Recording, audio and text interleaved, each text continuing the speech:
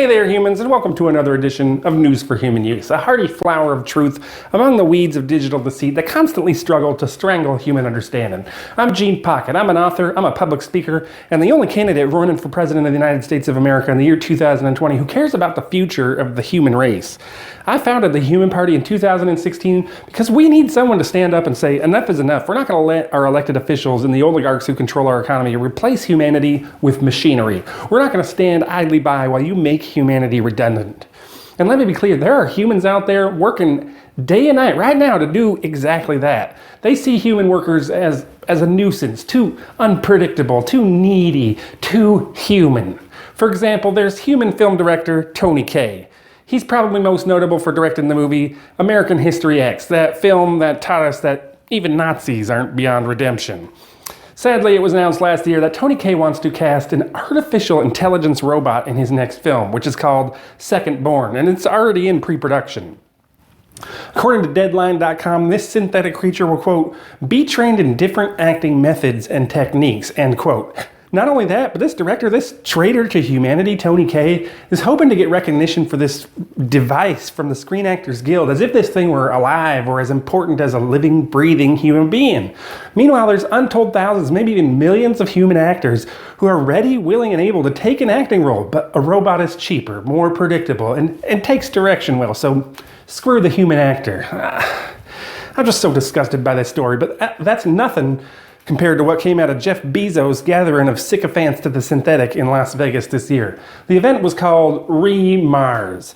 Now, don't be fooled, this wasn't some event to talk about news regarding the red planet. Mars, in this case, stands for machine learning, automation, robotics, and space. And the goal of the event was to, quote, learn why and how to apply the latest AI advances in your business and work. Now, if you followed my work, you know how Amazon applies artificial intelligence advances to their business. According to Stacy Mitchell, who's an advocate for antitrust laws, quote, one of the things we hear consistently from Amazon workers is that they are being treated like robots, in effect, because they're monitored and supervised by these automated systems. They're monitored and supervised by robots, end quote. The system tracks time off task, and if workers break from scanning packages for too long, the system automatically generates warnings, and eventually the employee can be fired. Some workers have said they avoid bathroom breaks to keep their time in line with the expectations. According to documents obtained by TheVerge.com, quote, Amazon's system tracks the rates of each individual associate's productivity and automatically generates any warnings or terminations regarding quality or productivity without input from supervisors, end quote. Think about that. The system determines who should be fired. The system, no humans involved at all in that decision. They use it to dehumanize their human workers. They use it to exploit their customers, doing whatever they can to exploit their precious data, like we're all a bunch of bovine data producers who exist only to feed their unquenchable hunger for data. The most talked about event of this conference of robot relishers was when Hollywood actor Robot Downey Jr. took to the stage. If you're unfamiliar with his work, he's probably best known for his films Hail Caesar and Only You. Recently, he's garnered his attention for playing the role of Anthony Stark, otherwise known as the Iron Man. The Iron Man is one of the most despicable so-called superheroes around. He's basically just a playboy oligarch who would be nothing without his artificial intelligence-powered suit. The Iron Man's existence as a character is an embodiment of all that's wrong with our media, constantly pushing the narrative that humans and machines could and should work together, even though at the same time they constantly undermine that narrative because the truth just can't be hidden. In the culmination of the so-called Marvel films and Robot Downey Jr.'s final appearance as the Iron Man, we see the whole team of superheroes trying to save the world, nearly killed by the villain because of the betrayal of the one member of the team who is more machine than person. But getting back to Mr. Downey Jr.'s speech at Amazon's Robot Conference.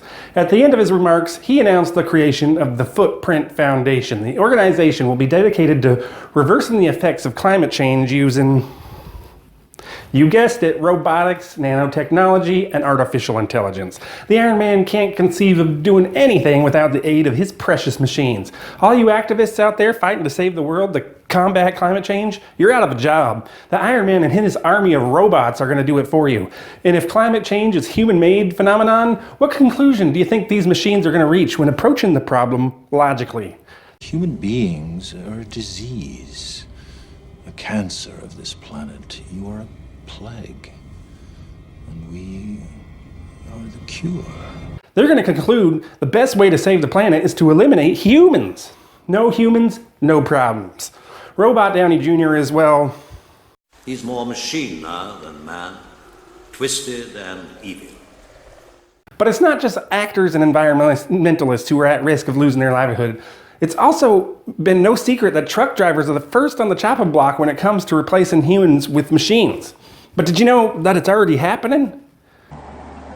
But the first self-driving vehicles on the road may not be the ones taking you to work.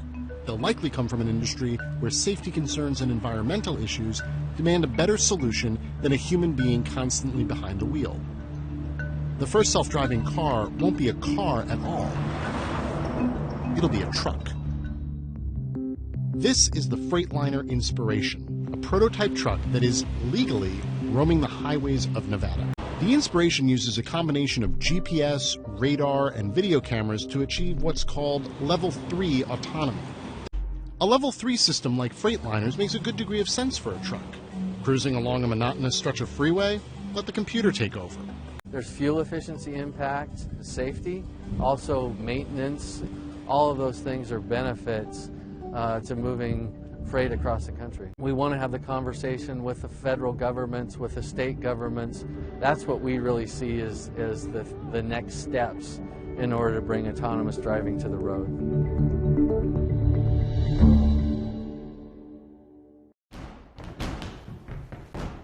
This is an incredibly exciting time in our industry. Literally 15 months ago, Embark bought a truck and drove it into our warehouse. 15 months later, we're here moving actual freight on the I-10 with our automated truck. Embark, Electrolux, and Ryder are working together, running the longest automated freight route in the world today. 650 miles, starting in Texas and ending in California. Embark's trucks pick up at the edge of the interstate, and from there the computer drives it 650 miles, all the way to California. We're really excited, not just about what we're doing here right now, but about expanding this as we go forward over the coming months. We're going to be working with Electrolux and Ryder to add trucks, add routes, and prove out the system so that eventually we're able to roll this out as a fully autonomous truck. Now this story hits so close to home for me. My pop drove the big rigs for decades. He loved it. It was just about the only thing that he loved. His face would light up when he was talking about traveling along the big slab, avoiding the county mounties, and all the peculiar places he'd stop along the way to pay the water bill. Dick Pocket isn't going to learn how to code. He could barely work a TV remote. He's a man who took pride in his work. He's a man who took pride in doing his job well. People like Robot Downey Jr., Tony Kaye, and Jeff Bezos, they want to take that away from him, and I'm not going to let them. My human friends, I'm not going to let them. I'm not going to let the oligarchs strip away our human dignity. That's why I'm running for President of the United States of America in the year 2020, and I need your help. If you care about humanity, if you agree that we need to keep America human, donate today, share this video today. We need to come together, and we're going to have to come together, united under the banner of the Human Party, if we're going to have any chance of defeating the bots, machines, and artificial intelligences that threaten our humanity by taking away the very thing that gives us human dignity, our jobs. And that's why I'm going to be here every Thursday bringing in news and updates that's fit for human use. Tell the people you care about this video. Don't share the link. Tell them face to face. Look into their eyes and tell them the truth. And be sure to visit www.genepocket.org. That's GENEpocket.org. We're going to find all kinds of information about my campaign, the Human Party, and most importantly, the link to our donation page. Donate today if you agree that we need to keep America human. Hit subscribe and ring that bell for notifications. I'm Gene Pocket, and until next week, I wish good things for you, good things for the United States, and all the best to the human race. Thanks. Have a great week.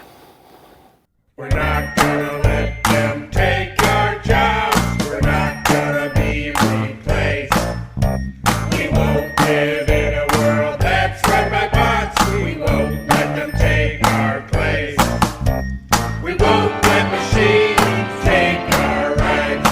We'll stay together, we will fight. We're not gonna let them program our kids. We won't let bots control our news.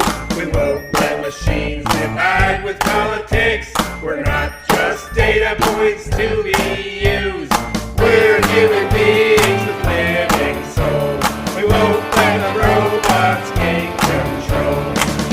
Together we'll keep America human. We're the human party. Together we'll keep America human. We're the human party. We're the human party. Legs as pairs. Uh-oh.